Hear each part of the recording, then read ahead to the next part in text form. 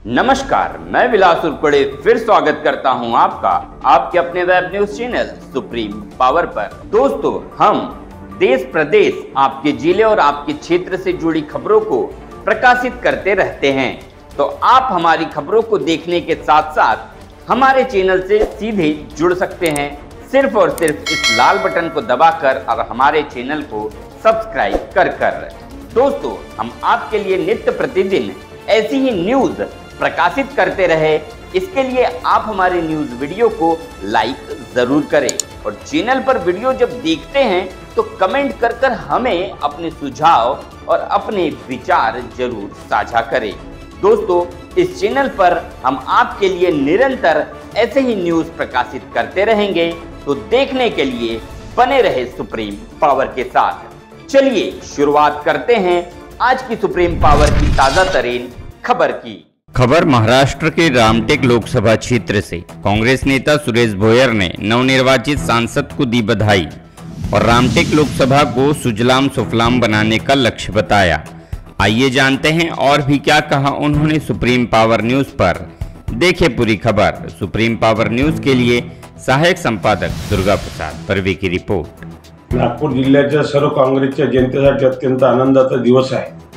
रामटेक लोकसभा मधून महाआघाडीचे उमेदवार श्यामकुमार बर्वे विजयी झाले आणि राष्ट्रीय नेते सोनियाजी, राहुलजी, मल्लिकार्जुन खरगेजी आणि प्रदेश काँग्रेस कमिटीचे अध्यक्ष नानाभाऊ पटोले यांच्या माध्यमातून सुनील केदार साहेबांच्या नेतृत्वात आम्ही निवडणूक लढवली होती आणि चांगलं यश संपादन त्या ठिकाणी आम्ही केलेलं आहे।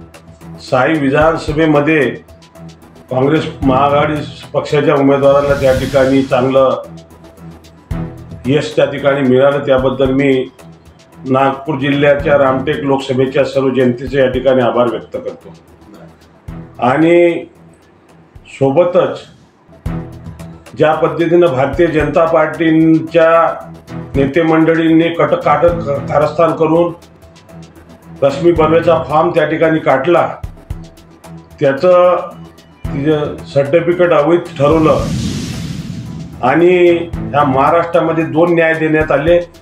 त्यामध्ये एका ठिकाणी अमरावतीच्या नवनीत राणांचं सर्टिफिकेट वैध ठरवलं आणि रश्मीताईंचं सर्टिफिकेट अवैध ठरवलं। याचा पूर्ण जनतेने रामटेक विधान लोकसभेच्या लोकांनी त्याचा बदला चुकवला। आज आम्ही ही सीट 77,000 मतांनी आम्ही त्या ठिकाणी जिंकलो। आज खऱ्या अर्थाने आमचे नागपूर जिल्ह्याचे महाराष्ट्राचे नेते सुनीलजी केदार साहेबांचं या ठिकाणी मी कौतुक करतो की ज्या पद्धतीनं एक संघटन कौशल्य म्हणून त्यांनी त्या ठिकाणी निवडणूक लढवली आणि सोबतीला आमचे राजेंद्रजी मोडक, जिल्हा काँग्रेस कमिटीचे अध्यक्ष आणि संपूर्ण टीम आम्ही सोबत त्या ठिकाणी होतो आणि एक चांगलं यश संपादन केलं। आणि येणाऱ्या दिवसामध्ये आणि विशेष करून कामठी मौदा विधानसभेमध्ये ही जबाबदारी सुनील केदार साहेबांनी माझ्याकडे दिली होती आणि संपूर्ण विधानसभेमध्ये चांगलं यश आमच्या संपूर्ण काँग्रेसच्या पदाधिकाऱ्यांनी चांगलं काम केलं आणि 17,000च्या जवळपास ह्या विधानसभेमधून लीड आपल्याला त्या ठिकाणी मिळाली। म्हणून विधानसभेच्या सर्व कामठी मौदा विधानसभेच्या जनतेचं सुद्धा या ठिकाणी मी ते आभार व्यक्त करतो।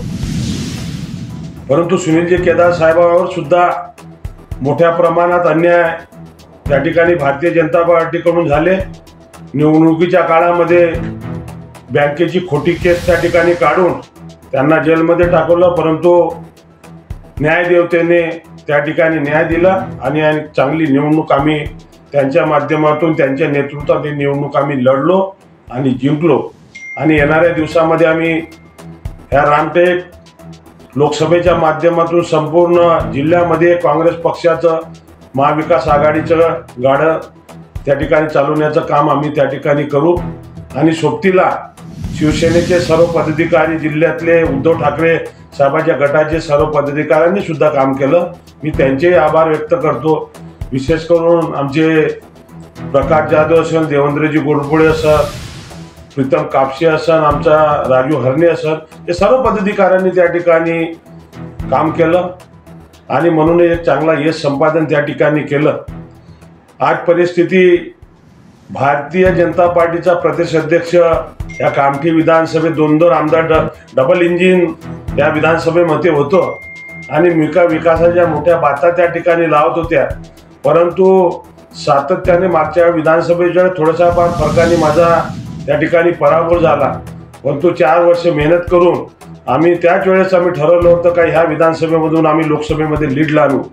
त्या जनतेने त्या ठिकाणी न्याय दिला आणि कामठी विधानसभेमधून चांगला प्रतिसाद त्या ठिकाणी सर्व भागामधून, नगरपालिका असो, नगरपंचायत असो, कामठी असो, मौदा असो, नागपूर तालुक्याचा भाग असो, या सर्व लोकांनी, सर्व तळागाळातल्या कार्यकर्त्यांनी, काँग्रेसच्या, शिवसेनेच्या सर्व लोकांनी मदत करून एक चांगला उमेदवार, चांगला निर्णय त्यांनी घेतला आणि श्यामकुमार बर्वे निवडून आले.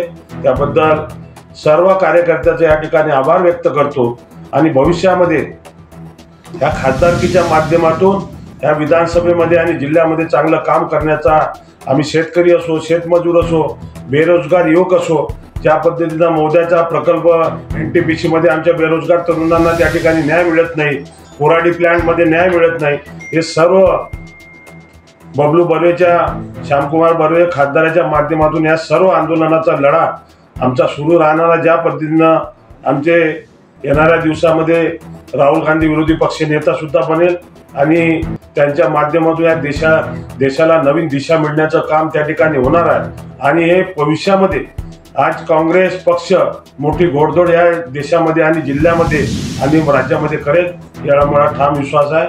म्हणून या ठिकाणी मी सर्व नागपूर जिल्ह्यातील जनतेचं या ठिकाणी आभार व्यक्त करतो. सुनीलजी केदार साहेबांच्या नेतृत्वात आपण विश्वास ठेवून आपण जनतेने मदत केली, त्याबद्दल सगळ्यांचे आभार.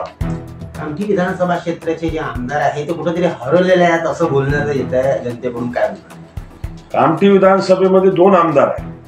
प्रचारादरम्यान मला जो माझ्या विरोधात जो आमदार लढला, जो जिंकला, तो मला विधानसभेवर प्रचारादरम्यान मला दिसला नाही.